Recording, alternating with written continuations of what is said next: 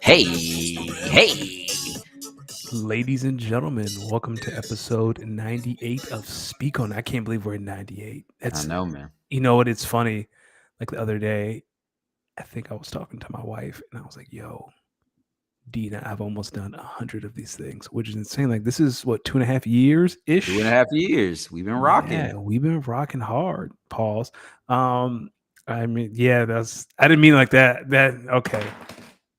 Yo, okay. Here's a funny moment that happened at work today that Okay. I've been laughing about. I had to really catch myself because when I said it, okay. So we're at work. We're in a meeting at my job, and Okay. dude next to me, he's funny. He's funny white dude. He's from Georgia, so he got a little culture in him. So we sitting, and two people walk to the front, and I was this close to saying something, Oh, God. but I decided not to. And anytime I almost say something, but I decided not to. If there's someone who I know who's nearby that I know can understand my sense of humor, I usually let them know what I was about to say, so at least somebody can hear where my brain was going. I just leaned over to my man and I was like, I was getting ready to say it, but then I stopped myself. And all I said was, I wish you could read my mind. Fam. He looked at me and said, "Hey, yo." And I could not stop laughing. Because as soon as he said, "Hey, yo," I knew I was like, whoa, wait. That's not how I meant that. That's not, dog. I couldn't stop laughing. I was in there like, you got me. I was like, I apologize. I take all of that back. I didn't mean to say that like that. You know what's crazy? Ayo can mean like 6 things. Like the yeah. way someone says ayo will set the tone for the rest of the conversation. It's all in the voice inflection. You say something wild, they be like, "Hey, yo." Now you got to look back and just be like, "Oh shit, nah, I see where you coming from." But sometimes they like someone might call you, "Yo, you a bitch." You be like, "Hey, yo, Hey, yo. yo, like what's up?" Like when I got my car towed today, them words I gave them people, I know they was on the phone like, "Hey, yo, what's up with you?" That's what's up with you. Also, if you work at a towing company, I'm gonna let you know now. There's not many phone calls you get on any day that are very pleasant. Yes. So before you complain about how people are talking to you, get thicker skin or get a new job, punks. That's tough. You didn't watch those towing shows on True TV. And what happens? They be about that business. They be wanting to smoke back. That's true. So that's what I'm saying. I just feel like certain professions out here, they just call for the smoke. And I just feel like that doesn't mean you have to respond to the smoke with physical action, but that means if you're gonna talk that shit back. If you might need to talk that shit back in this profession. I feel like working in the tow industry is one of those professions. Up there with police officers, up there with I would say more so because the police officer, like they have guns, handcuffs, the law. Like if you go up to a police officer and be like, "Man, fuck you," you know, like, oh, that's assault. You're going to jail. Like what? What's the tow company gonna do? call the police. Yeah, that's true. I'm just saying. It's like some of these. I mean, listen, I can work on a list of professions where you got to just have tough skin. And I know some people out here are going to just be like, "Oh, you people can just be nice." Yeah, I live in reality, and my reality is people aren't as nice as y'all want them to be. That's just this.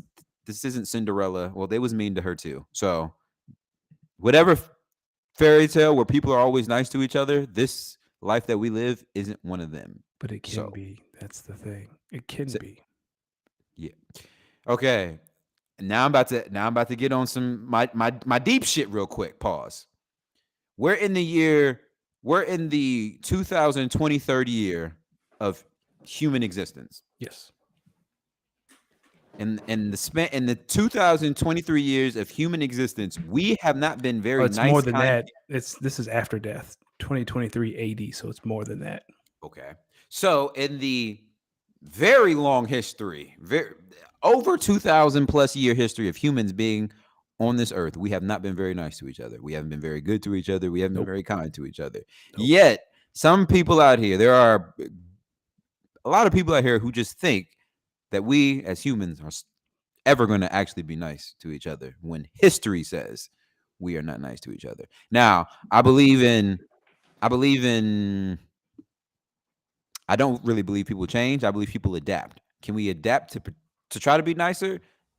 A little bit, but no, a lot of y'all don't want to live in the nice ass society that you think you do Why is that? because we aren't as nice as we think we are as humans. That's a good point. We're talking about the same species that enslave other people just off the color of their skin. Hey, hey. But February's over, so we don't get to talk about that. February is over, but you know what's here? The NBA playoffs, my brother. Hey, Today, that is the funniest transition, I swear, before everything. listen, we've been Black doing History this Month for gone, 98 but we episodes. got these playoffs. We got these playoffs though. That's humans though. Yeah, I hear you about the slave trade and all that. But did you see De'Aaron Fox versus the Warriors? Listen, people. Today we are going to obviously talk about the NBA playoffs. We're going to go deep into the Western playoffs. We're going to go deep into the Eastern playoffs and what our thoughts are so far. As of right now, the Kings, not the Kings. As of right now, the Celtics and the Hawks are currently playing. And behind me on the TV, the Cavs and the Knicks are playing. So the East is playing tonight. So we shall see. We're also going to talk about your quarterback, Jalen Hurts. He just got the bag. So what does this new bag for Jalen Hurts potentially mean for Lamar Jackson? Then in our quick hitter section, we're going to talk a little bit more about the NFL draft, as we know that's on the way. We're going to talk a little bit more about the Washington Commanders on the verge of being sold. We're going to talk about last night's physical fucking funny ass debacle between Draymond Green and Domantas Sabonis. Beautiful. Tank Davis and Ryan Garcia are fighting this weekend. We're going to talk about that, and of course, Danny, we got some Formula One to chat about, and the return of Speak to the Cinema this week because Beef was on. So we got something there. But let's start with a little bit of basketball because the NBA playoffs are here. They are taking over. And if you've been watching the games over the past weekend, we've had a lot of great games, a lot of great matchups. Danny, how do you feel about starting in the East? Let's do it. All right. So let me paint the picture of where we are in the Eastern Conference playoffs as of April 18th, 2023. So the Heat lead the Bucks 1-0 with game 2 tomorrow in Milwaukee. Yep. The Celtics lead the Hawks 1-0, and they're playing right now. The Sixers are up 2-0 after a strong second half in yesterday's game against the Nets. And the Knicks currently lead the Cavs 1-0, and they are currently playing the Cavaliers right now as we speak. So, Danny, got to ask you, so far, what are some of the biggest storylines that you're digging in the Eastern Conference? Of course, the big one, Giannis and his back. What does that look like? I believe game 2 is tomorrow. I guess we'll see if he plays. He's doubtful right now. Yeah, he's out. Listen, man, if he doesn't play, I think they can squeak by Miami, especially now that Tyler Hero has broken his hand. But buddy, like whoever wins the Knicks and the Cavs, they have a real shot of going to the Eastern Conference Finals, which is bananas because 2 weeks ago we kind of giggled and just said whoever got the 1 seed, like you're good into the Eastern Conference Finals. The other big thing for me is playoff Harden is back. I know the Sixers are up 2-0, but buddy, the ghost of James Harden's playoff career are back. I don't think it's going to matter against Brooklyn, but if you play Boston in the next round, like they're going to need everything and more from James Harden. Maxey saved the day yesterday. I believe he had a 30 piece. He either had 30 or over 30. Again, against Brooklyn, this is fine. You'll be okay. But if I'm Joel Embiid, I am shaking James Harden like a rag doll. Like, hey, dog, if it doesn't work this year, we're going to ship your ass back to Houston. Like, don't even bother coming back because I can't play with that. I'm not going to front. I really didn't watch the Knicks and the Cavs, and I feel like I should have so I don't want to watch any Knicks playoff basketball because I know Jalen Brunson is balling, and every time Jalen Brunson is balling as a Mavs fan, it just breaks my heart. So like, y'all didn't offer him. You could. We're not gonna talk about that, but I probably won't watch any of the Knicks Cavs. I heard Brunson balled game 1 just like he did last year in the playoffs. playoff Brunson is the what playoff Harden should be. So like for me, Hero broke his hand again. I think Milwaukee can squeak by Miami, but if you're a Knicks and a Cavs fan, like you're saying to yourself, if this is serious, we have a legit shot. Like put us against Boston, let's see what happens. Like if we can take it to 7, we might be able to make it to the finals. So it's funny that you mention the Bucks because I do think, and of course, as always, what's good, Kyle? Thanks What's for up, pulling up. Kyle? I do think when we talk about the Eastern Conference playoffs right now, I think we need to put a little bit more emphasis on this potential injury to Giannis. Listen, I'm of the mindset that I don't think the Bucks can just squeak by Miami without Giannis. Really? I Even think with Tyler's hand? Tyler's hand is it's definitely gonna it's not gonna help them not having Tyler Hero out there, arguably their best 3-point shooter, second best, maybe their third best player on the team. But I think when you look at the Bucks built their team through Giannis. Now I know they're very used to playing without him, given he had some injuries throughout the regular season, and the Bucks as a team were used to playing without some of their top guys in Middleton, Drew Holiday, and Giannis. But I think now we're in a situation where it's the postseason.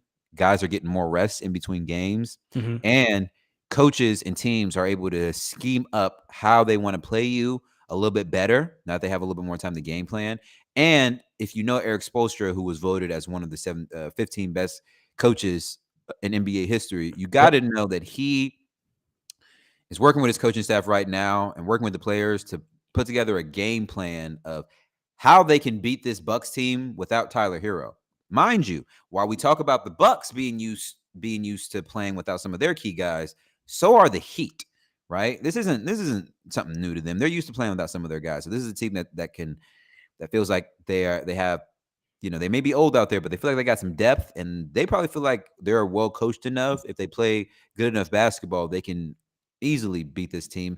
And I think the Heat are thinking, if we steal game 2, oh yeah, if we can steal game 2, then they have to come back to Miami for game 3 with potentially, like, I feel like let me take a step back. I feel like the Heat are saying, if we can steal game 2 in Milwaukee, then the Bucks got to come down to South Beach, and they're probably at that point gonna have to put Giannis back on the floor, because they're not gonna go down 3-0. They're not going to risk going down 3-0 without their best player. And I think that is when the series gets sticky. If Milwaukee squeaks by them tomorrow, I think they rest Giannis for game 3 and try to bring him back for game 4. So there's a big difference between going down 1-1 and going down 2-0. And I think the Bucks we're about to find out a lot about the Bucks. If you go down 2-0, now you essentially got to win 4 games straight. 4 out of 5, which is hard. But I'm saying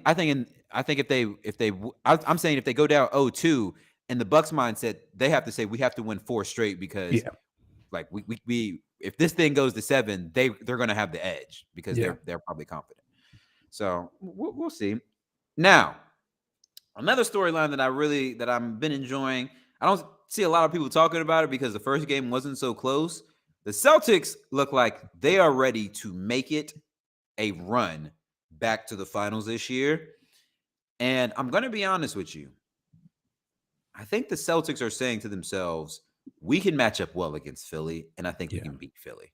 Yes. And they're probably saying, if we can beat the Hawks, and then we can beat the Sixers, Giannis or no Giannis, I think the Celtics feel like they can beat the Bucks, Giannis or no Giannis. And then I specifically feel like if they get the Knicks or the Cavs, oof, go ahead and write it in. Yeah, but I'm saying, like, if you're a Knicks or a Cavs fan, you say, hey, let's get there and let's see what happens. Let me ask you a question. This isn't in the notes. So, Giannis gets hurt, taking a charge, and there's been a lot of talk, like, should we ban the charge in the NBA? Do you think charges should be banned? No, that's basketball. Thank you. That's basketball. Like, that's basketball. Like, so for charges go both ways. Like, it's either going to be a charge or it's going to be a blocking foul. Set your feet outside the restricted area. Take the contact. Yes. Like it's basketball. Now, what happened with Giannis is the unfortunate part of charges, right? Where someone kind of goes up and maybe lands a little awkwardly. Same thing we saw happen with John Morant, which I'm sure we'll talk about here pretty soon. But Yep, I think that's the dangerous part of charges, but that's also basketball. that's basketball, man. That's basketball. So we'll see. The Sixers and the Nets, man. Listen, this is all I'm gonna say. Spencer Dinwiddie, you better hope y'all get at least one game. Because if y'all don't, Kyle Kuzma is going to be at your door like the Undertaker behind prime WWE opponents in 2007. Because he is going to be right there waiting to get them Spencer Din shitty jokes right off. Dog. And Kyle Kuzma had too much time on his hand last week. Did you see them? Did you see those tweets? Dog. Like, he he had too much unloaded the time on his clip. Like He's had them saved. Those were in the drafts. and it made me think, y'all had to have some beef back and forth when y'all were on the same team. Yeah. Whether it was unspoken or not, yeah, someone didn't like the other. Well, I think Kuzma got Dinwiddie traded. Not like he went to the front office. I'm talking about his play. Like, he played well as like a sort of a point forward at that power forward position. And it kind of made them realize that, hey, we can have Kuzma out here on the floor with Beal. Don't know if we really need Dinwiddie. Like, we can have Kuzma and Porzingis and Beal out here, but what does Dinwiddie bring that can really help? And man, all it took was one reporter asking Spencer Dinwiddie about Kyle Kuzma, and Kyle Kuzma said, "Oh, we got time today? Oh, stay right there. I'm not in the playoffs." Yeah, he said, "I am not in the playoffs." And this is the part of that rant that I thought was the funniest. Spencer Dinwiddie told Kyle Kuzma told Spencer Dinwiddie, yeah, you in the playoffs, but you really should be thanking KD and Kyrie for carrying y'all basically all the way there, because y'all only won this many amount of games since the trade deadline. So what's up? And that was kind of like that's like a super punch in the chest. That was like a pow pow. You know what I'm saying? So listen, I know what Michelle Obama said. When they go low, we go high. I'm here to let everyone know that when they go low, we go even lower. No. And then we try to go high. But first we go lower, very low. So low that we feel bad, and we normally got to go high. See, we'll talk about that later when we speak to the cinema about what happens when you go low. All right, let's shift to the Western Conference, because this is the conference that's probably going to have the most games go to the 6 games. This is probably going to be the conference that has the most 6-game series in this first round, right? So we have the Nuggets, who lead the Timberwolves 1-0, and they have a game 2 tomorrow in Denver. Game 1 didn't really look that close, so, brother. Lakers lead the Grizzlies 1-0 with game 2 tomorrow in Memphis, which will be really big. The Kings are up 2-0 versus the defending champion Golden State Warriors after last night's game. Fun fact, if you didn't hear, this is the first time that Steph Curry and the Golden State Warriors have ever been 0-2. So if you guys really want to know how great this dynasty has been, they've never even faced an 0-2 deficit before today. Crazy. So, that's insane. And the Clippers lead the Suns 1-0 with game 2 tonight in Phoenix. So, Danny, what are some of your biggest storylines in the Western Conference? I feel like I know where you're about to start, but go ahead. I'm going to start with Kawhi Leonard. We make fun of him for this load management, call him soft, but boy, oh boy. And in playoffs, you understand why he MVP. Yeah, we understand. My bad, big dog. Like, that's insane what Kawhi was able to do game 1. Is it safe to say that by the time Kawhi Leonard retires, he'll have more Finals MVPs than regular season MVPs? Yes. That's already going to be the case. He'll never win the regular season MVP, especially now with the new parameters. You got to play 65 games. Okay, Kawhi's not doing that. For me, that's funny. And that's nothing. That's probably the biggest thing. Like, that was a thing of beauty the other night. And then locking up. Well, he didn't lock up. He helped lock up Katie Russ's defense. The Clippers. I think the Clippers. Like, if he dispatched the Suns in the first round, we need to have a Devin Booker conversation. And trust me, I will be here waiting to have that conversation. Oh, I Um, forgot you're a Mavs fan. we gonna have to talk about him. If It's they, how much does he need? If you give Luca Kevin Durant, it's a wrap. y'all. Anywho, He has the guard version of Kevin Durant and Kyrie Irving. nah, Kyrie and KD. He's he's the guard version of it. Would you take Kyrie or Kevin Durant? But, I mean, do I want gasoline or fire? You're getting the same thing. I want Kevin Durant. Of course, the other big one is Ja Morant. I don't know. Has anyone said what's wrong? It's obvious that he broke something. It's bruised hand tissue. LOL. He was in a cast. That joint is broken. And the Lakers are going to meet the Denver Nuggets in the Western Conference Finals. And I can't wait for Anthony Davis to eat Jokic alive in front of God in America. I've been wanting that all playoffs. And the only Not way the God in Nuggets and America. the Lakers can meet is if it's in the Western Conference Finals. Sign me up. Karl Anthony Towns. No, I actually. So I'm thinking about the brackets. Denver's the 1 seed, Yep. which means they would play the winner of the 4-5 seed, which means they would play the winner of the Clippers Suns. Yep. The Lakers are going to play the winner of the Warriors Kings. Kings. So we're gonna get Lakers Kings. A flashback to 2002. Sorry, Kings fans, it's gonna be the same results. Like the story ends after you don't play defense, you don't protect the rim. The Lakers have LeBron James and Anthony Davis. This was cute, I got but a question for you. yeah, go for it. If you're the NBA and you're Yep. looking at the potential second round matchups, you're seeing that John Morant is likely going to be nicked, and there's a chance that the Lakers might pull off that series. Okay, if you're the NBA, you're cool with the Lakers beating Memphis because while you don't have one league superstar in John Morant, you obviously have the face of the NBA and the greatest of all time in LeBron James. I think the NBA would be okay with the Lakers beating the Grizzlies. How do you think the NBA feels about a potential Lakers versus Kings matchup instead of a potential Lakers versus Warriors matchup? And for those who don't have some context there, in terms of TV ratings and in terms of draw, Lakers and Warriors usually has the biggest draw in terms of crowds. They have the two of the loudest fan bases in the NBA. So from a viewership standpoint, the league wants the Lakers versus Warriors. Danny, what do you think the league is thinking right now that we might get a Lakers Kings matchup instead if the series hold the way they are?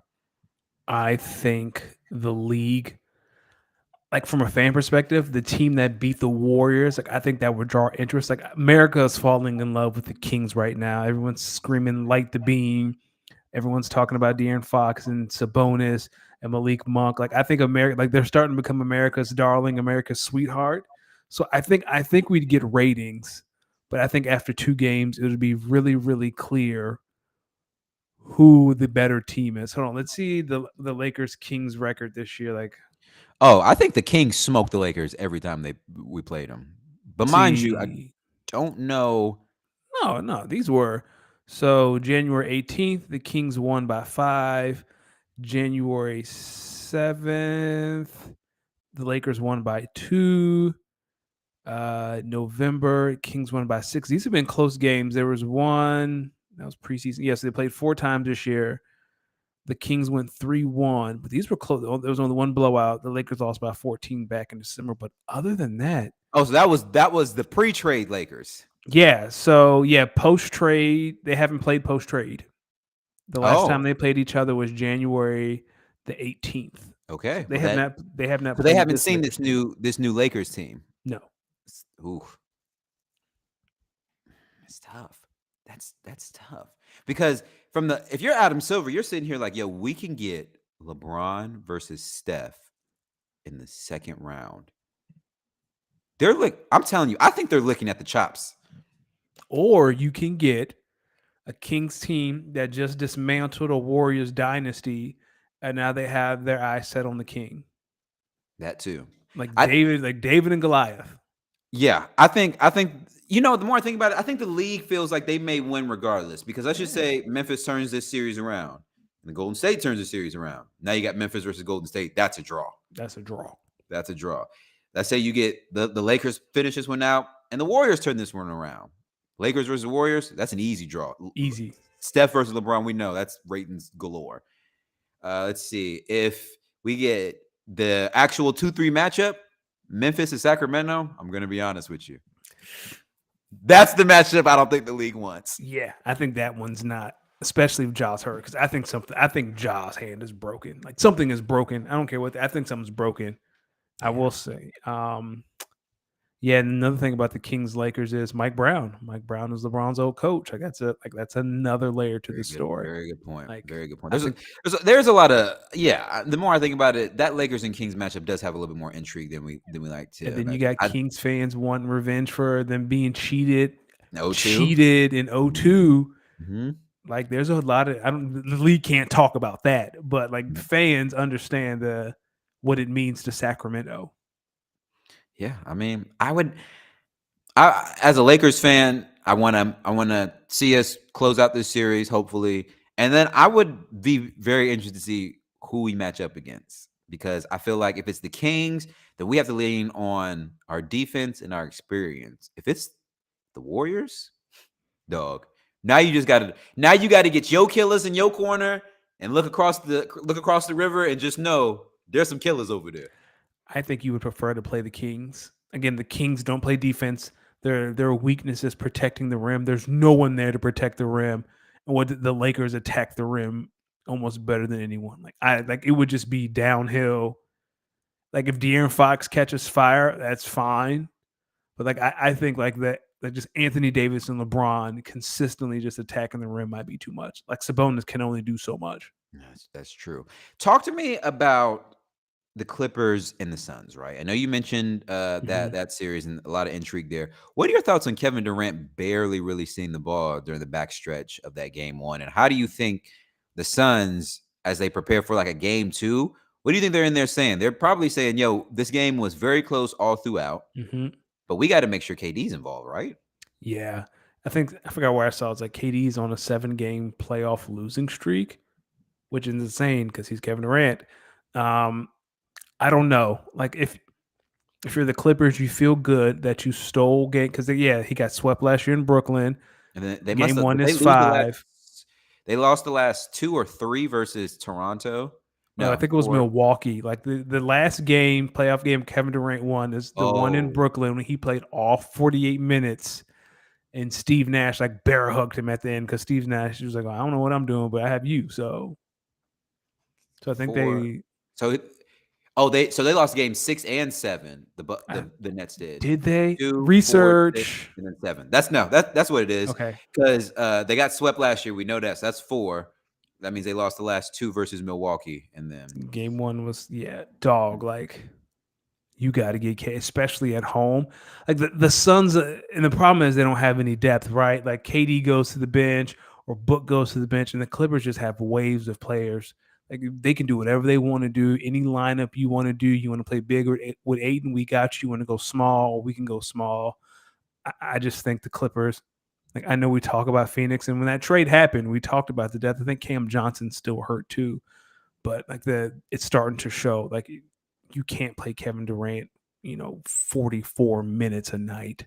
Like you can because there's more rest, but the farther we go down this path of the playoffs, like it's going to start to take its toll. So if the Clippers beat, that means the Clippers will get Denver. That would be a lot of fun.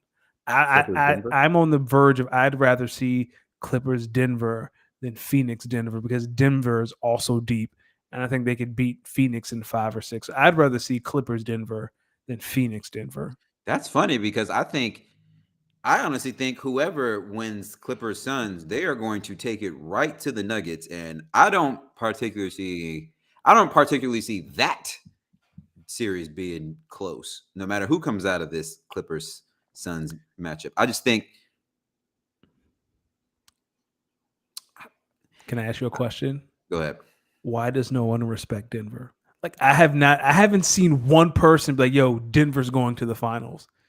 Well, because we've seen like 3 or 4 playoff years in a row, or 3 or 4 postseason trips in a row for Denver, where there's a clear strategy to beat this team, and people are almost rinsing, and repeating how to beat this team, and they don't do anything about it. So now it's like, okay, y'all are clearly, when it comes to the regular season, y'all get it. Y'all understand how to win on an 82 game schedule. But when it's 16 games, 16 wins to a championship, and we got to lock down, this becomes a half court game. All that cute Euro step, between the leg pass, team doesn't lose when you get a triple double. That shit don't matter now. That shit don't matter. Now it's your dog, your best versus my best, and they letting the physicality fly. So you're not even getting some of them ticky tack calls no more. We playing now. Did you see the flagrant? And shout out to Cal. Cal, thank you for. We were correct. Katie, that Nets The team 49 did point lose. game in 2021 versus the Bucks. Nets Yeah, lost game 6 and then game 7 in OT. the OT I remember game was where the I toenail was game. watching that series. That was some of my last. I'm realizing now, some of my last days in Virginia watching this. Yeah, but I don't know, man. Like, did you see Jokic's flagrant against Ant-Man? Dog, telling you that man is a fraud. First, that's stop putting. And Barkley said this the other night, and Shaq kind of gave him crap about it. But yo, stop putting games on at 10:30 Eastern. Granted, nobody wants to watch the Nuggets, but you can't sit here and tell me how great Jokic is and then put him on at 10:30. Like, I'm going to bed. So I was thinking about that, right? I think, and hear me out, this is a theory. Okay. I think some of this scheduling is wonky because the Lakers and Clippers are both in the playoffs and they're both lower seeded teams. I can see that's something I can buy into because I bet you if the Lakers were the 8 seed and playing the Nuggets, they will not be on at 10:30. That game would be on at 8. Well, not only just that, but they have to how do I say this? So you have to allot certain amount of time between games 2 and 3 and games 4 and 5, then 6 and 7. You have to give travel time. Right. And so because the Clippers are the 5 seed and the Lakers are the 7 seed, their games 3 and 4 and 5, no, 3 and 4 and 6. I think they got to stagger them out some because share building. they share a building. So, and I think the way they have to do it, because you got to think they're literally both going to be playing game 3s, game 4s, and game 5s like a day apart. So I feel like they scheduled it the way they did. Because if you've noticed, the Lakers and the Clippers don't play on the same days, haven't played on the same days. Well, they have. They both played on Saturday. Or was it Sunday? Might have been Sunday. No, Laker. Yeah, it might have been Sunday. They both played on Sunday, but you notice the Clippers and the Suns play tonight. Lakers and Lakers and Grizzlies play tomorrow. Okay. So that way, when game 3 for the Suns and Clippers is probably going to be, what's today, Tuesday? That game's probably going to be Friday. And I bet you the game 3 for the Lakers Grizzlies is going to be on Saturday. And I think, I bet you that has something to do with how they scheduled it. But with all that being said, NBA, y'all had a wide open 1 o'clock or 1 or 2 p.m. slot that y'all could have put one of the East Coast teams on right there so that one of the West Coast teams can bump their slot up.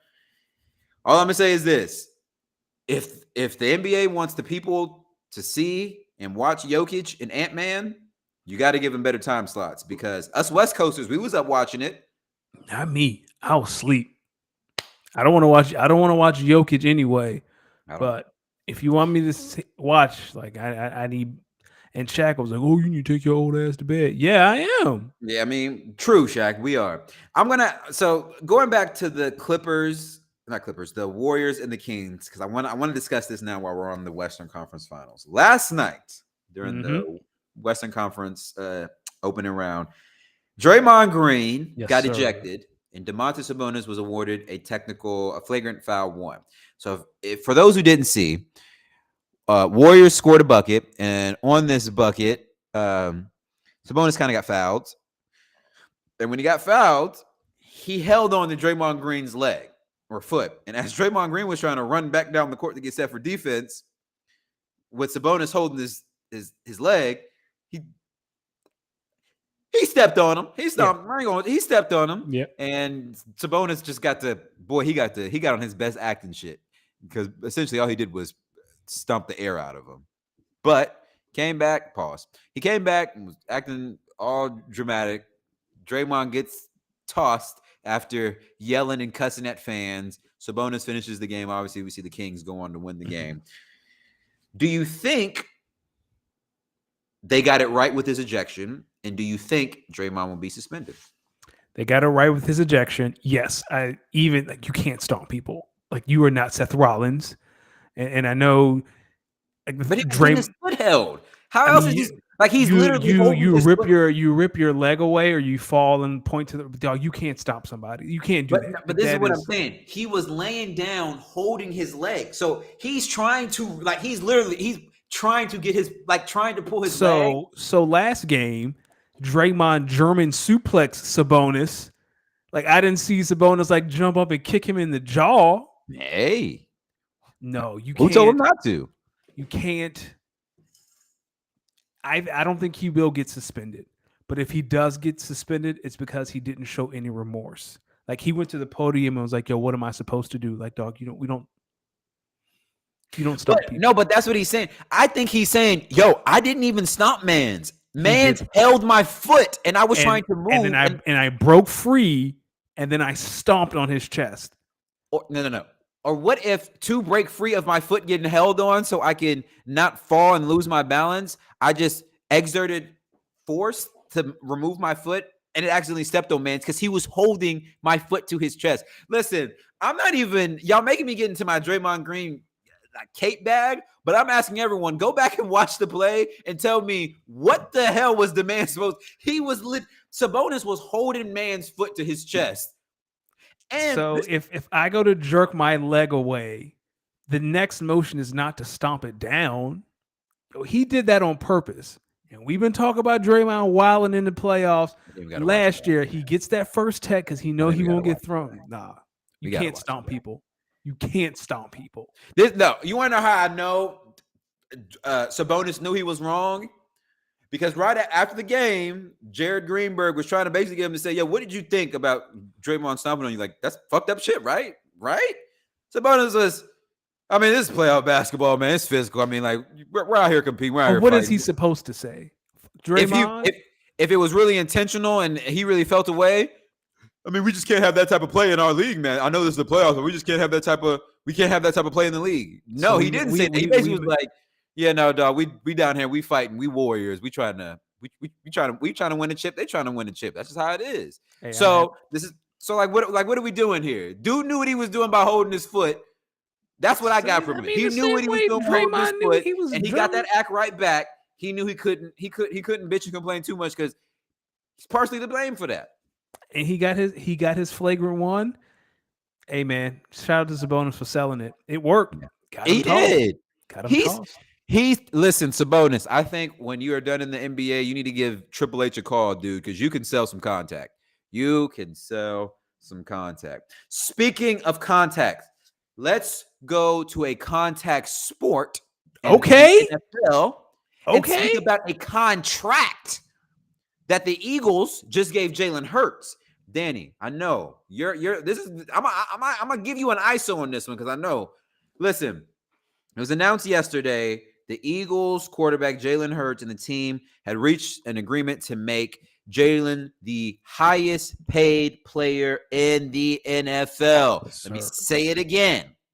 Jalen Hurts is the highest paid player in the NFL. So you know what that's telling me? That the two highest paid NFL players are black. The takeover. Who's the second one? Patrick? Oh, yeah. My bad, Patrick. Is Sean third, ain't it? Top three, all black QBs. The takeover. Yeah, I think Rodgers is third. Oh, shout out to Rodgers is second because Rodgers gets 50 million. Jalen gets 51. I think Rodgers gets 50.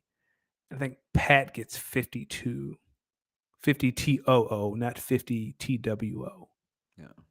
Okay. Well, of the two top out of the highest top paid, of that two or three of the top five highest paid player in the leagues are black quarterbacks. So this is a wonderful, wonderful time that we're living in. Otherwise, I mean, anyways, Danny, what are your thoughts on this deal, man? What do you think? What are your thoughts as an Eagles fan? How are you feeling with your QB getting his money? Um, I've been saying it this entire time. It's better to set the market than to react to the market. And now I don't care what Joe Burrow gets. I do not care what Justin Herbert gets. I do not care what Lamar Jackson gets because Jalen is signed for the next 6 years. For those who didn't see the contract, I think the year 2026, the cap hit jumps from like 31 million to 71 million. So that's when you renegotiate. Again, we're going to kick that can down the road, or we're going to convert that $71 million to some sort of huge signing bonus to avoid the cap. Um, God knows where the cap will be 6 years from now, 4 years from now. But again, the biggest thing for me, I'm glad Jalen got his money. He got a no trade clause, which is the first no trade clause the Eagles have given out in franchise history. Um, but the win for the Eagles is the cap numbers throughout the course of the deal are pretty reasonable, especially as the cap goes up. And they also got that extra year. Most quarterbacks go for the 4-year deal and we're going to renegotiate after year 3. Jalen signed a 5-year deal and we'll probably start renegotiations after year 4. So the Eagles get the extra year out of that. I like I think the deal is fair on both sides. Shout out to Jalen's agent, the first black woman to ever have the highest paid person in the NFL as her client. That's dope. Also part of Clutch Sports. I am very happy with the deal. And again, like my biggest concern was if Joe got his money first, or if you know Herbert got his money first. Jalen's contract would have to beat that because Joe has had 2 great seasons and a Super Bowl loss. Jalen has had 1 good season and a Super Bowl loss, and Justin Herbert has never been to the AFC Championship game. So like, he would definitely get more money than Herbert, but now Joe is going to get more money than Jalen. Like now, if I'm Joe, I'm waiting this out all summer. Like I don't have to sign this deal till training camp because I want to see what Justin Herbert gets, and I want to see what Lamar gets, and I want to be both of them. Joe Burrow is going to be the highest NFL player by the time training camp starts. You think so? Yeah, I mean, out of yeah. the ones that are remaining, he's the Went to best the and has Super done the Bowl, most. lost. Yeah, Boy, like that Super Bowl appearance, boy, you can really dangle that over people's head. a dog, a man. Not even like even if some playoff success, right? So I suspect Justin Herbert is next. He's going to get. I think Jalen is averaging 51 million a year. Herbert's going to get 52 million a year, and I think Burrow's going to jump to like 54, 55 million a year. Would be nice, right? But at It the would. same time, Jamar Chase next. Like Jamar Chase is next year. So, and I'm sure Joe doesn't care. Like, get your money, but just know that Jamar's next year. That's, but that's the thing. I think if you're Joe Burrow, you care to an extent. Yes. You don't care because you got to get your money, but you also got to know, yo, what's the point of getting X amount millions a year if I'm throwing to Los D Mix on the edge over there? I'm gonna need That's someone to fair. throw to. That's fair. So Kyle And had, I like what Kyle just put into the chat. yeah. So for those who are following along in the via the audio adventure, Kyle asked, "Do you think Burrow gets closer terms to Mahomes, something like an 8-year contract?" I do think I do think that is something they're probably going to entertain. I think the Bengals know that as long as Joe Burrow is healthy, they have a really good chance of winning. So I feel like I feel like a longer year in terms of the terms, something with longer years Mhm. that allows him to get less. That allows them to have to pay him less per year because of the length of the contract. I think the Bengals might be down for that. And honestly, Joe Burrow's an Ohio kid, like or Ohio guy. Like it wouldn't surprise me if he really wants to stay in Ohio playing in Cincinnati. So you know, I think the two sides are going to work on it. I think the two sides are going to get close to a really, really good deal that benefits both teams. I mean, both sides. Like, um, I'm all for athletes getting paid. And I want nothing more than athletes to get paid. I do think there's something to be said about athletes who get paid while also making sure that their teammates get paid or Mhm. their friends or their positional friends also get paid. I think there's something to be said about that. I think that's the best way the NFL players can make sure that other NFL players are getting what they're worth and kind of fighting back, right? You know, and I think that's important. So I guess I, we'll see. Um, but I want to ask you: do you think this deal with Jalen Hurts Mhm. and the Eagles? Do you think that helps or hurts the Baltimore Ravens and Lamar, and then being able to back themselves into a deal, basing it off of Jalen Hurts? One thing before he jumps in, I will say also I agree with you guys about maybe 8 years instead of like 4 or 5. But I'll say the Cincinnati Bengals ownership, they're known for being cheap. So this thing could draw out all summer, not because Joe Burrow wants it to, it's because the Bengals ownership, they're just being cheap and they're doing Bengals things. So if I'm Lamar Jackson, like I think this is a good starting point. Like I think if I'm Lamar Jackson and I say, "Hey, I'll take the exact same deal," like I think or something similar to it, because again, like Jalen has been to a Super Bowl and lost, but Lamar has won a unanimous MVP and he's won a playoff game, right? So it all kind of evens out in the wash.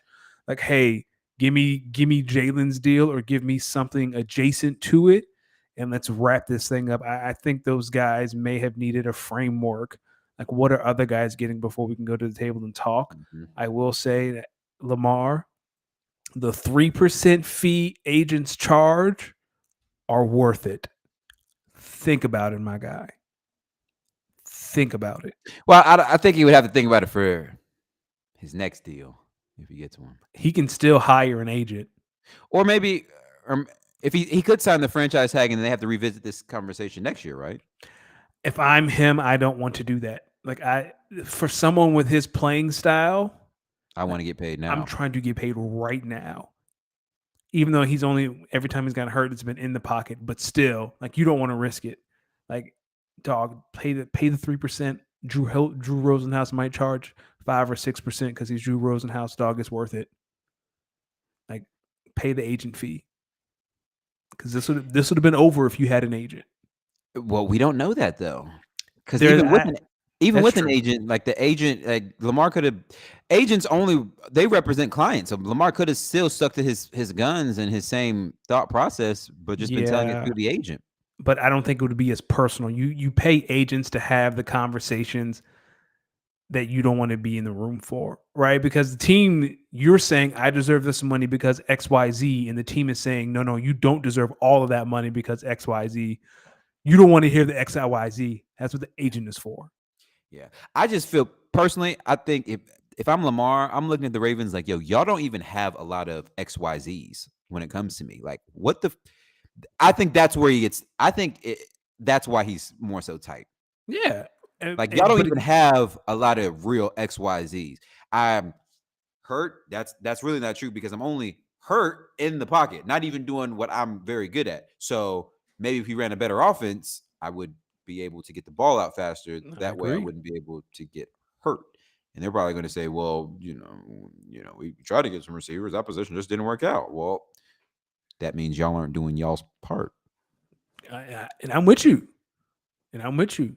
So But pay the agent fee, man. listen, Baltimore, Lamar, I'm just going to pray for all parties involved because I really want to see Lamar stay in Baltimore, both for a viewership reason and because that is my dynasty QB. And I have really no idea what to do with Lamar in dynasty right now, but I'm just going to hold on to him and just hope I'll that, take him for Kirk Cousins. yo, fuck you, dog. That's, hey, I'm sorry. I'm sorry, folks. I'm sorry. I didn't mean to say that. I didn't mean to say that. let's get into our quick hitter section. Staying in football. Let's shift over to the NFL draft, right? So Adam Schefter, who is not slick at all, was on NFL Live yesterday, and he basically just threw out a dart on the wall and to let y'all know that that NFL teams that he's hearing when it comes to the draft, specifically quarterbacks, he said there are teams are not rushing to draft QBs early in the draft like everyone thinks they will be. What are your thoughts on that? You think are you calling cap, or do you think there's something to it here? Big cap. Who are the teams at the top? Carolina. What do they need? Well, they're going to take no. I think so. He said. essentially that Bryce Young's going to be taken number 1 overall, and he Mhm. says it might be a few more picks before we get the next quarterback. That's essentially what he said. I think Houston's blowing smoke. Like, what's every head coach with a high draft pick their first year? What's your first priority as a new NFL head coach? You got I to gotta determine. find You I got to got find your quarterback. I gotta find my guy. And if you're Houston, if you don't draft, like, who's coming out next year? Caleb Williams, Yeah, Caleb Williams. You got Drake May. Um, I don't know. There's right? always. I mean, when it comes to college QB, someone's gonna probably have a good season next year. That'll. That's true. But Caleb Williams and Drake May are the two though right now. Maybe I'm how, forgetting someone else. how many like do you think you're gonna be in a position next year to draft a quarterback? And if you're already thinking like that, you're not gonna last long. Like, strike with irons hot. But Get, get your guy now. go ahead. Who's third? Arizona. They're gonna draft Will Anderson. Fourth They is should. they should. Fourth is Indy, correct? Yes. Anthony Richardson. What like if like this is like, you I'll let you go. I'm just I think it's cap. I don't believe it. I don't think it's cap. I'm going to be honest with you. I don't think it's cap. I think, and I've been I don't know if I've said this in some different ways, so I'm going to try to find a different way to say this. I'm calling it cap because, in my opinion, outside of Carolina, who I know is probably going to take Bryce Young now, I have a good feeling, especially after he canceled his other pre-draft visits. Makes me fairly confident that Bryce Young will probably go 1 overall. But I'm not calling it cap because you look at who's 2. That's the 2 is Houston. that's okay, Houston. So they're probably looking at it. I bet you Houston probably thinks that Bryce Young is their guy, or they want Bryce Young, or maybe they think Bryce Young is probably the best QB. I think basically what I'm trying to say is I think teams are looking at it as outside this QB class.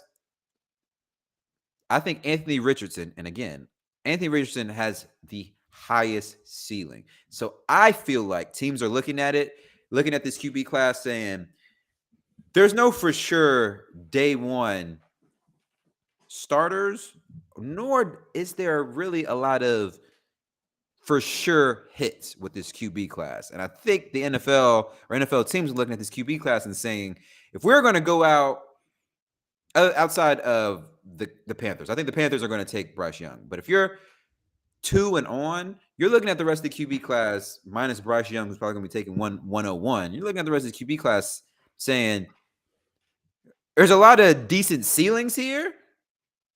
I mean, there's a lot of decent floors here.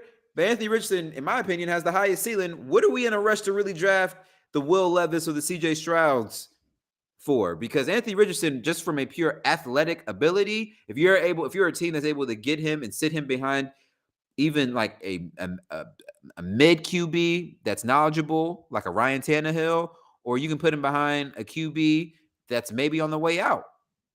That's a good QB that's had some good years. Anthony Richardson can get it on a team and start learning. I think that guy's going to be the one. And I think a lot of these other NFL teams are just looking at, Will Levis and maybe CJ Stroud, and maybe to an extent Bryce Young and Anthony Richardson, and just saying it's a lot of midi. I'm just not sure there's a for sure guy here.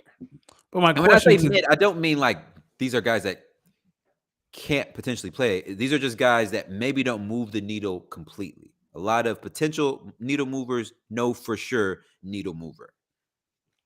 I guess for that, like, then who would be the guy next year, right? It's not like Andrew Luck is like when Andrew Luck was a sophomore. It's like, okay, like this is the one.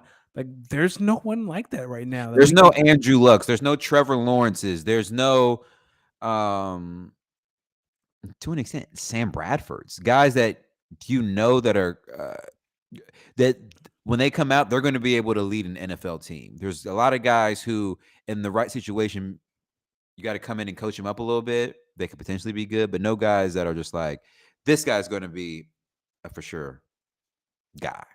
And to be honest, we got to blame ourselves for that. Andrew Luck and Trevor Lawrence type prospects really spoiled us and really spoiled franchises and fans.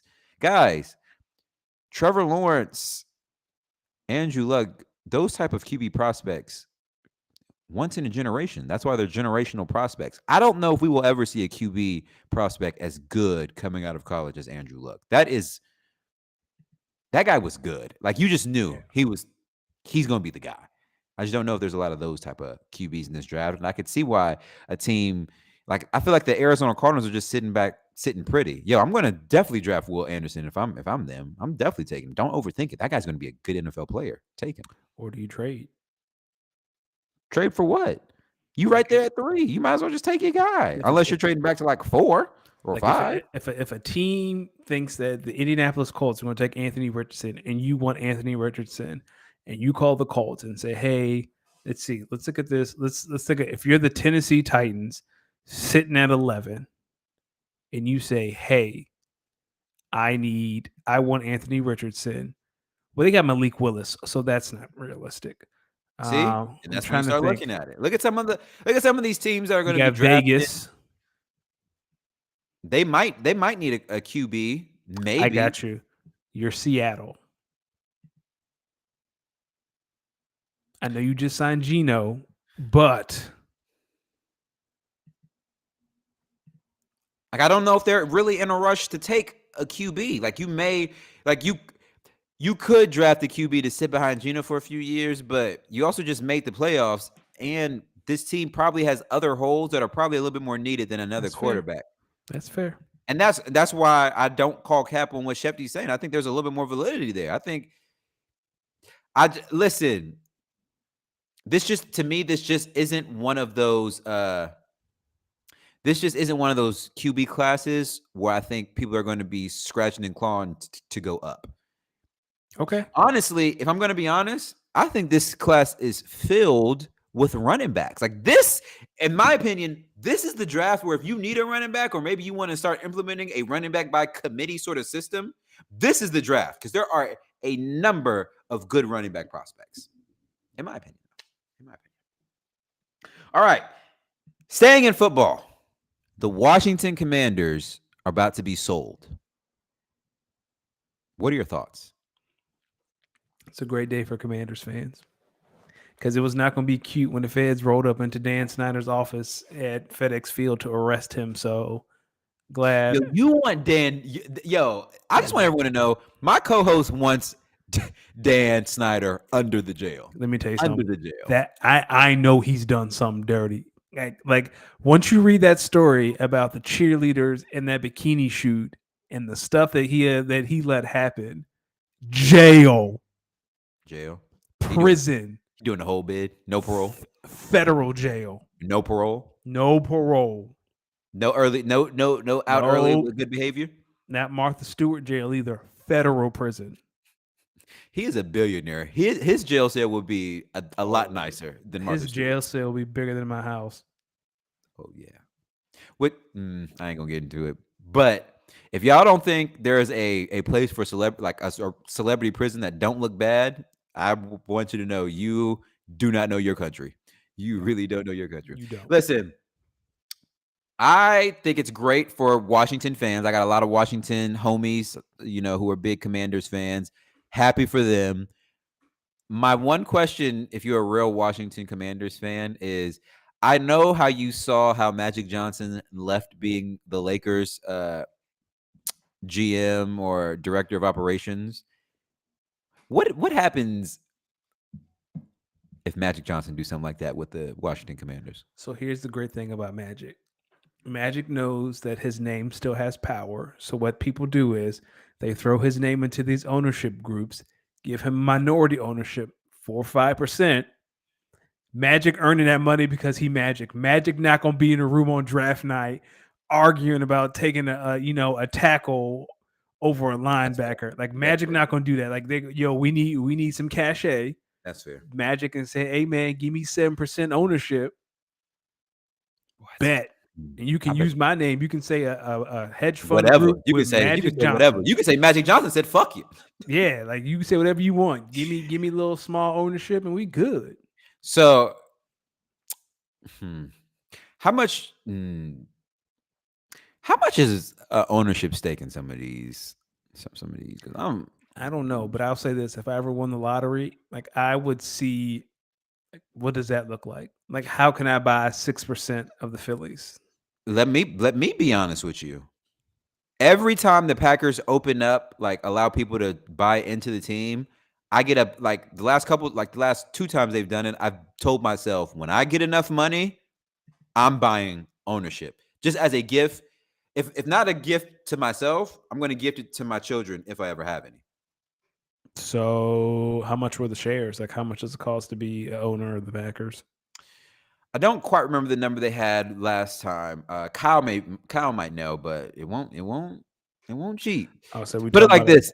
I've only met one person in my life who was an owner of the Packers, and he was one of my team doctors at Virginia Tech. okay, So you could, what I'm saying, okay, get those. Kyle, if you're able to look up how much ownership is in the Packers or how much people were paying last time they opened up ownership, I'd be very curious. Just you know what I'm saying, because one of these days I might sell my house. I might sell my yeah, house. Try that. hey, All right.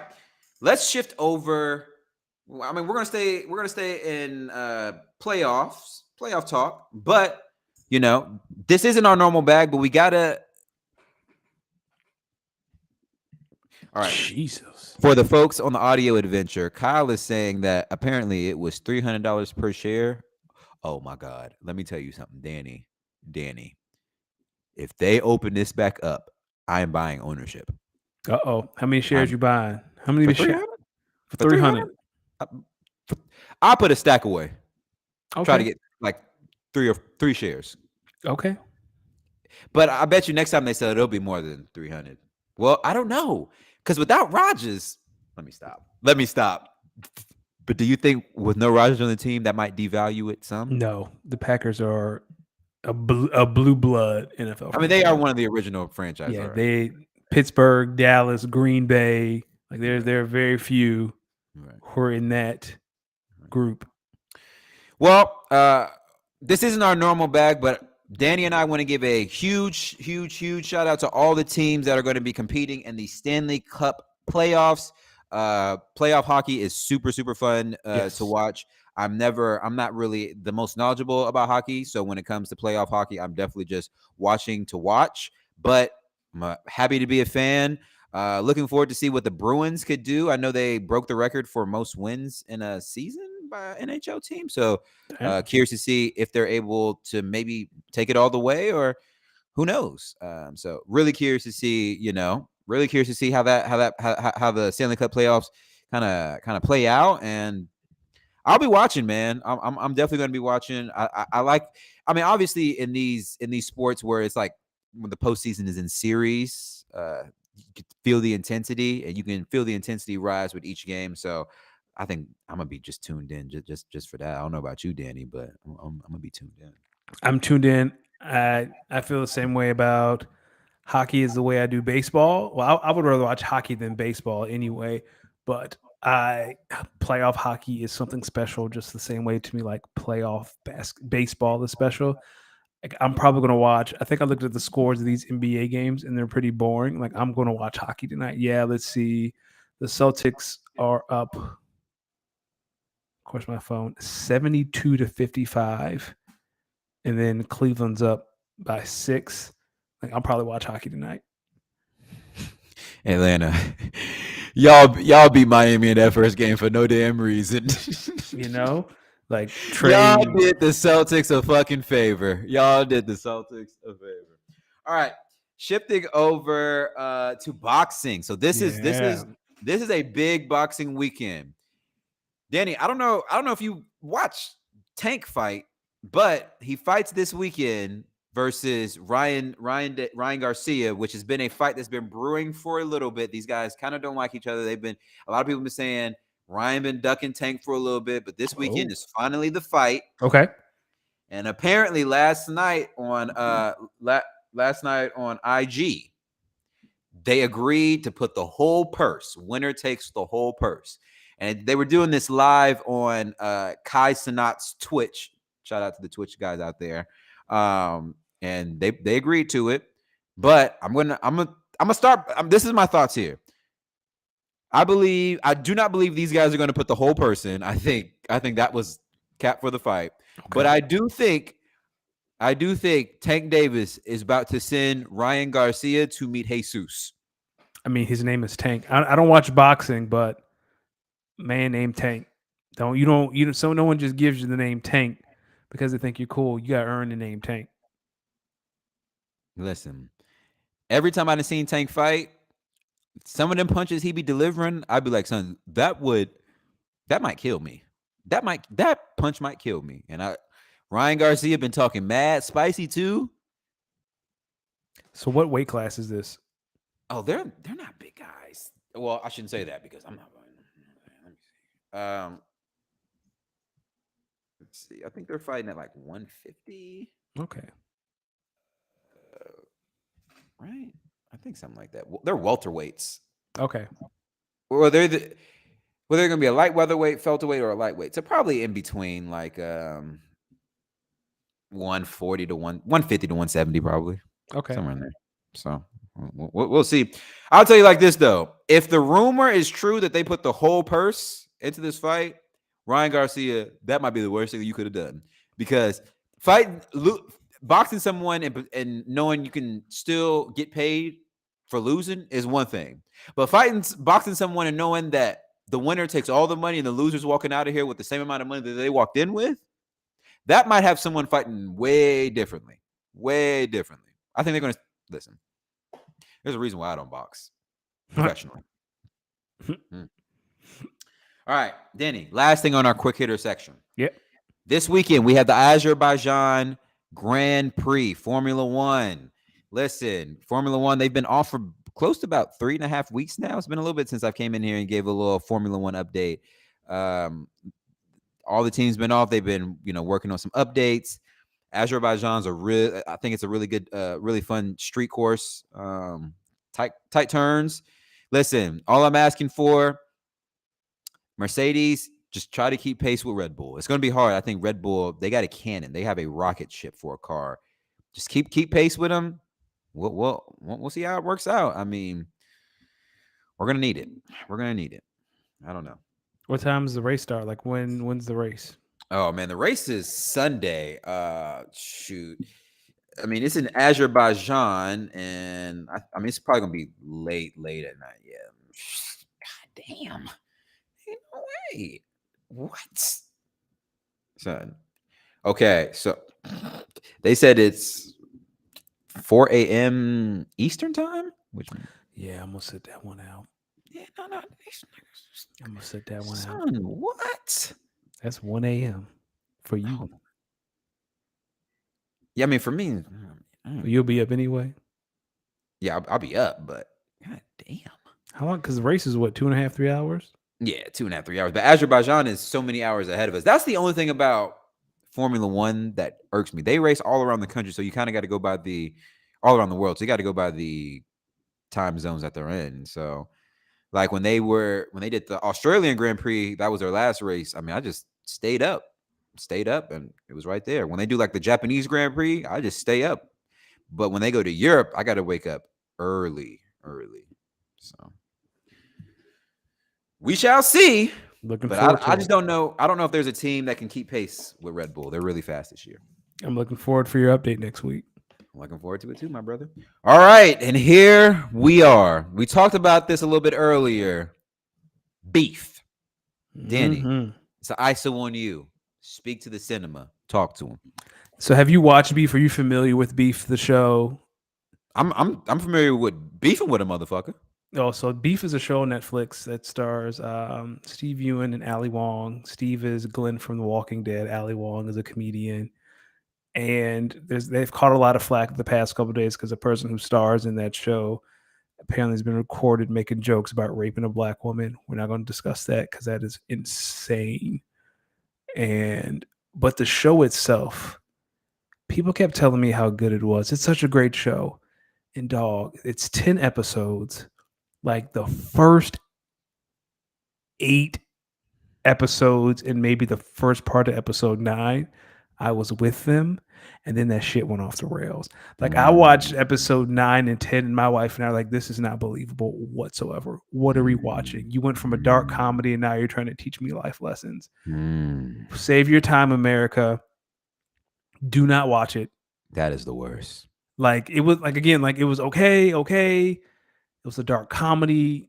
I could see this happening, and then all of a sudden, like I don't want to spoil it for anyone, but there's one scene, and when you see this scene, you will understand what I am talking about. And it's like, Really? where is this show going? What It's has like that? happened? It is like that. Well, Stick to Succession. now Succession is a show that I do plan on starting actually this weekend because well, I guess I look ahead to episode 99 next week. I will be coming in here and giving my review on Snowfall because this week is the series finale. So I'll be coming and giving my review. If you haven't watched Snowfall, oh brother, you should. What is it about, you may ask? Well, if you've ever heard black people say the government put crack in black neighborhoods, that's what this show is about. Okay. It tells you exactly what they mean by that. Okay. And I'm going to be honest, after watching this TV show, I know for a fact the government definitely put crack in black neighborhoods. They definitely put crack in black neighborhoods. Yeah, no, they definitely put crack in black neighborhoods. I ain't going to hold you. I mean, that was Reagan. Listen, watch the show. Listen, I didn't watch season 5 of Snowfall because after like episode 3 or 4, I said, this is some bullshit. Like right. y'all have given me 4 incredible seasons. This 5th season isn't it. But then I heard a lot of people saying season 6 has been really good. So I caught up I ran through season 5. I'm going through season 6, and I can say season 6 has been very good. I think they're starting to wrap up the storylines well. I think they're trying to conclude the series in a more realistic way. For those who don't know, Snowfall is based loosely off of Free Ray Ricky Ross and his story. Oh, I didn't know that. Yes, so it's based off of Free Ray Ricky Ross. So it's a lot of good historical context. I think if you watch it, especially if you were someone who maybe was an 80s baby, there might be some trigger warnings in there because it might hit close to home. But it's good, and I think as in terms of like black culture, this Wednesday or tomorrow will be a real staple in black TV culture history. When you think about fuck that. I think tomorrow night is going to be a staple in like TV history, because I think when you think of shows like Sopranos, you think of shows like Game of Thrones, when you think of shows like The Wire, Breaking Bad, these other incredible shows, they like that final season is really much what a lot of these shows are remembered by. So I'm happy to see Snowfall. I mean, they're doing a really good job this last season. So shout out to all the actors. Shout out to the writing rooms. It's tough, right? As a writing room, like everyone just be shitting on your last season. Now you got to come back and double back and really do it up. So listen, I think the world learned from Game of Thrones and how they ended that series. That's not how you end. That is not how you end incredible TV series. So I'm excited. TV writers, it's always better to end a season early than a season too late. Hello. And Kyle, to answer your question, what's worse, Beef or Moon Knight? Beef had a pretty solid string of good episodes. Moon Knight had 0 good episodes. Nah, I'm not gonna let you get that. Listen, Kyle, he's wrong. He's wrong. Moon Knight was not bad. Moon Knight terrible. You just had to, I'm sorry you had to pay attention to the storyline a little bit. They didn't really give it to you piece by piece. You have to kind of the finale along. He's still floating in and out of consciousness. Like we missed the action scenes. That's not cool. But that's because and then what did I say about the bad storytelling? Yeah, now I will say they could have been a little bit more. Like we went through all that with 2 people, and then there was just a dude standing in the corner nobody ever saw. No, come on, dog. That's terrible, man. I will say I did see the preview for the Miss Marvels. I'm very excited about that. I hope to meet you there. I hope to meet your excitement there. I will also say, when you watch Succession, Don't let your lust for Shiv get in the way of paying attention. Listen, I've seen some episodes of Succession. Shit was not bad. Don't let your lust, because the timeline be thirsting for Shiv. Don't let your lust for Shiv overshadow the story. And also, a white woman named Siobhan is the funniest thing in TV history. Yeah, because you know what? Listen, how many white fathers out here would name their daughter Siobhan? Add an A to the end of it, and that'll tell you all you need to know. Oh, Logan Roy was messing with a Shavana. black woman? No, Shiv is white. No, That's what I'm like saying. the only thing I got was maybe she's Russian. Like maybe that's a Russian name, but I don't know. You bugging. That boy Logan Roy was messing with a sister. He was messing with a sister. I wouldn't be shocked. Logan, look. Hey, his wife in the show, his second wife, I believe she is Latina. So yeah. Listen. One of these. Listen, black women. Can I speak to y'all real quick? Uh-oh. Before you wage war on black men loving white women, your real adversary is the Latino women. Yo, let's go ahead and wrap this up. Your real adversary is the Latino women, because boy, let me tell you something. I believe in unity. Listen, listen. Oh man, I'm gonna stop. Nope. I'm gonna stop. This is not the social post. This is not the. We not leading with this one. No. But can we say though? Can we agree though that they're fighting their enemy is not the enemy they think it is. It is a Latino. They have no enemy because black women are elite. They are the most elite. They are the most elite. I'm saying they're so elite though that they try to find beef, and they try to find beef with white women, and I don't think that's where the real beef is. If we're gonna, I don't think it is with white women. I believe it's because black men will put white women on a pedestal to make them superior to black women just because they're white, and I think that might be the crux of the issue. Oh well, if that's it, then I'm with black women, because I've always thought that was corny. Like some of you dudes out here, you can't get no sisters, so you got to go to Betty Boop. Cool, that's cool. Yo, what you can do is talk to my sisters crazy because your bum ass couldn't get one, and you got a Betty Boop. Now, there's nothing wrong with getting a Betty Boop. I'm just saying, don't play down my sisters. Now, to my brothers out here that may like them a little Selena, a little Mamacita, there's nothing wrong with that either. All I'm saying is, you ain't gotta bring down our black queens. That's right. Now, if that's what you're saying, I'm fully on board, because some of y'all be talking crazy about our queens just because your ass got blocked or curved by black women. Listen, and this is the last thing I'm gonna say before we get out of here.